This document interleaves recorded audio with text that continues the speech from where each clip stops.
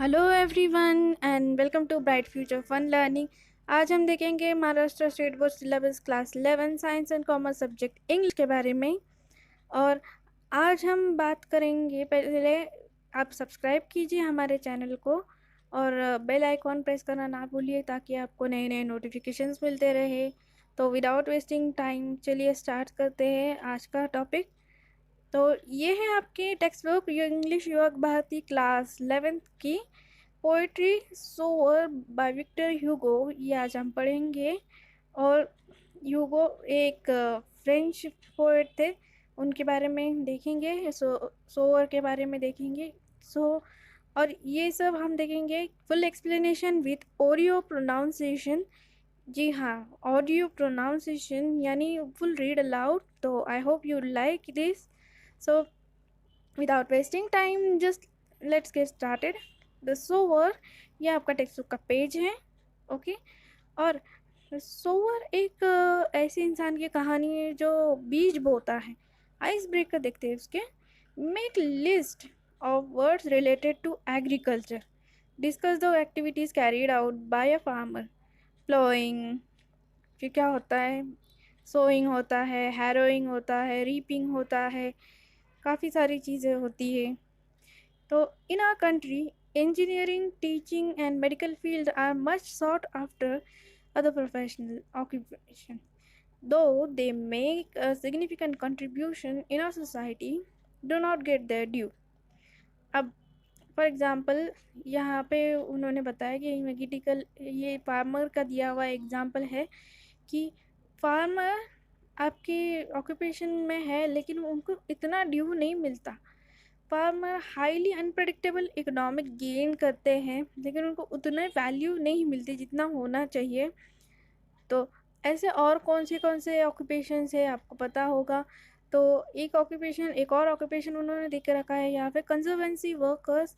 कंजर्वेसिंग workers जैसे जो आपके साफ सफाई करने वाले या हेल्प करने वाले या जैसे ग्राम सेवक होते हैं वैसे टाइप के वर्कर्स होते हैं, वैसे के बारे में बात किया जाता है। या फिर आप कोई और चीज़ों के बारे में लिख सकते हैं जैसे कि policeman.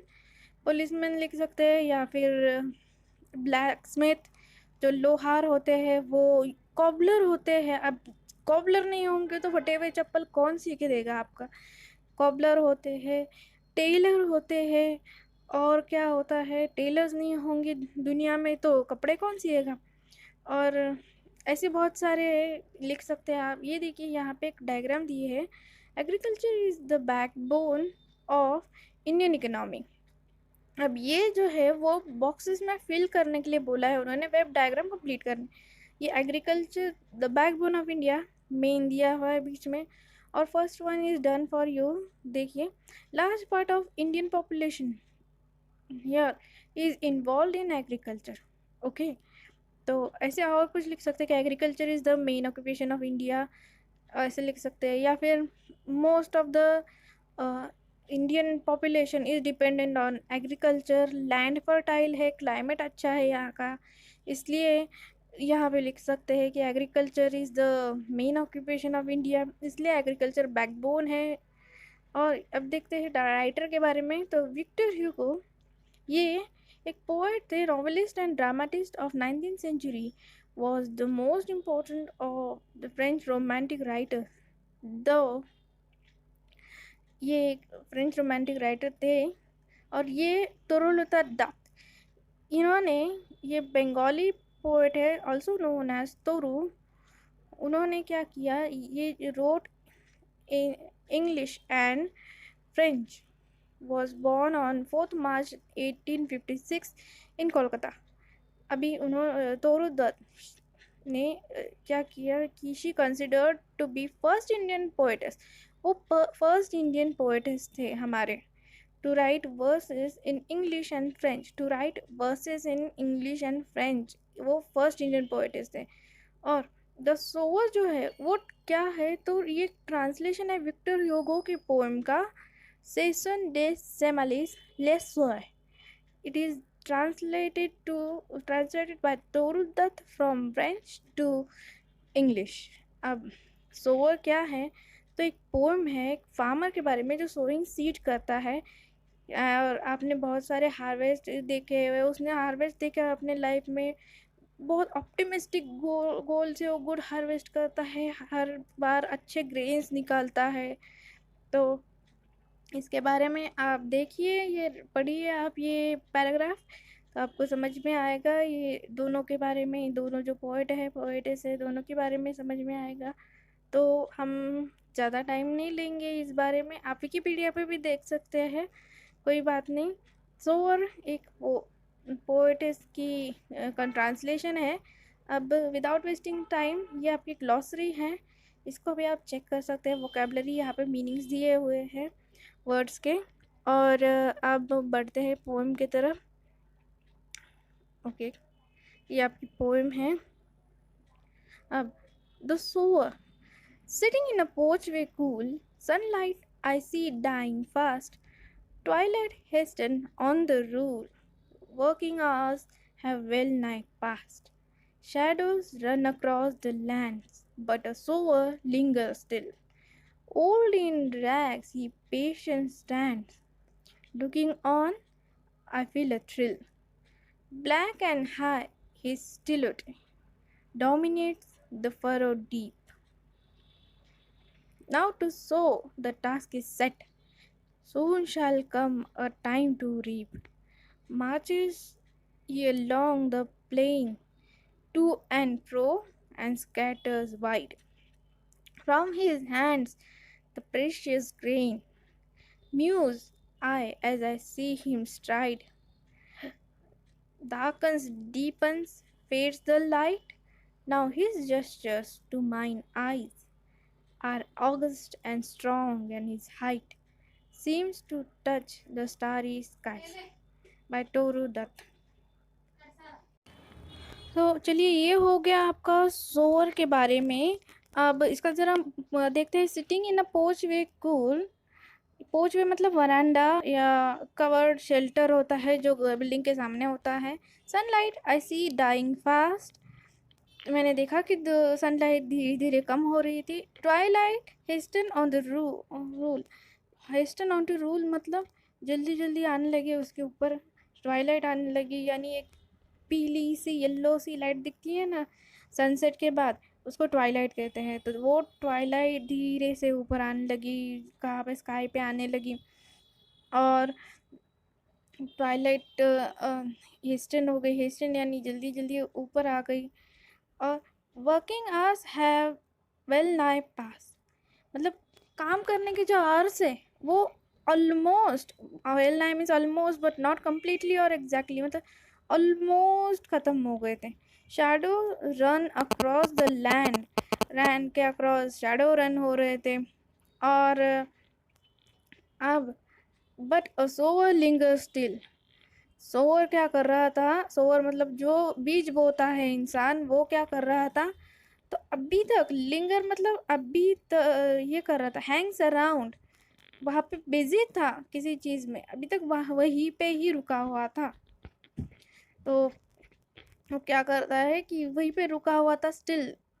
Old in drags he patient stand, old in drags वो खड़ा हुआ था, पेशेंटली खड़ा हुआ था वहाँ पे देखने के लिए। और looking on I feel a thrill, मुझे उसको देख के काफ़ी थ्रिल फील हुआ। और उन्होंने एक ब्लैक एंड हाई स्टिलोटे पहनी थी। स्टिलोटे मतलब ये shape outline of someone against bright background, और स्टिलोटे दिख रहा था। Then dominate the furrow deep, furrow मतलब लाइन, ट्रेंच, चैनल होता है, वो उसके ऊपर से जा रहा था, वो उस लाइंस के ऊपर से। Now to sow the task is set, अब बीज बोने का टास्क सेट हो गया था उसके दिमाग में कि बीज बोना है। Soon shall come a time to reap, soon time भी आ जाएगा रीप करने का। ओके, और टाइम हमारा आ जाएगा रीप करने का, तो अच्छा क्रॉप भी मिलेगा। फिर marches he along the plains, वो पूरे प्लेन की छानबीन करता है, अच्छे से मार्चिंग करता है। मार्चिंग यानी छानबीन करना या प्राउडली इधर उधर अच्छे से वॉक करना, उसको बोलते हैं marching. To and fro and scattered wide, to and fro वो घूमा, कभी आगे गया, कभी पीछे गया, कभी यहाँ गया, कभी वहाँ, ऐसे करके घूमा। और उसने स्कैटर किए, क्या स्कैटर किए, तो from his hand precious grains, तो प्रेशियस ग्रेन उन्होंने क्या किए, स्कैटर किया अपने फील्ड में। और ग्रेन उसके लिए काफ़ी प्रेशियस थे, हर पोएट के लिए, सॉरी हर सोवर के लिए काफ़ी प्रेशियस होते हैं उनके बीच। Muse I as I see him stride, muse मतलब रेस्ट इन थॉट रिफ्लेक्ट, मैं काफ़ी सोच में डूब गई जब उसको देखा मैंने। और उन्होंने देखा कि काफ़ी अम्यूज़मेंट लगा हुआ उसकी स्ट्राइड, स्ट्राइड मतलब to walk along with long steps, लंबे लंबे स्टेप्स डाल के वो चल रहा था। Darkness deepens fade the light, light fade हो रही थी, और ये वो फेड कर रहे थे। Now his gestures to mine eyes, अब उनके जेस्चर्स जो थे वो मेरी आँखों को दिखने लगे कि उनके जेस्चर्स कैसे हैं, और वो जेस्चर्स मुझे प्रभावित लगने लगे। तो are august and strange his height, august मतलब नोबल लगे, डिग्निफाइड, इम्प्रेसिव, एकदम ऑनरेबल जिसको बोलते हैं ऑगस्ट, दैट वो टाइप का नोबल एंड डिग्निफाइड उनको उनकी पर्सनालिटी लगने लगी, हाइट लगने लगी।